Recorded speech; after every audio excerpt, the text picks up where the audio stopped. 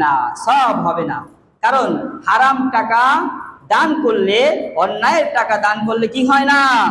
সওয়াব হয় না, সওয়াব হয় না। তাহলে কোন টাকা দান করতে হবে? হালাল টাকা দান করতে হবে, হালাল ভাবে উপার্জন করা টাকা দান করতে হবে। এখন আমরা এই কথা বিশ্বাস রাখি, যে সকল ভাইয়েরা মসজিদে টাকা দান করেন, যে সকল ভাইয়েরা কাউকে হাদিয়া দেন, উপঢৌকন দেন, তারা অন্যায় ভাবে উপার্জন করে সেটাই যে উপার্জনের সেই অর্থকে মানুষের হাতে দেন, সেটা নয়।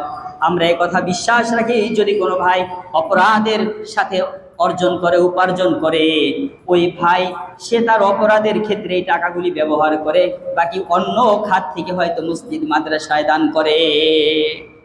প্রিয় ভাইয়েরা, দেশের শ্রেষ্ঠ সম্পদ এবং আল্লাহ তাআলার কাছেও প্রিয় হচ্ছে বিশ্বনবী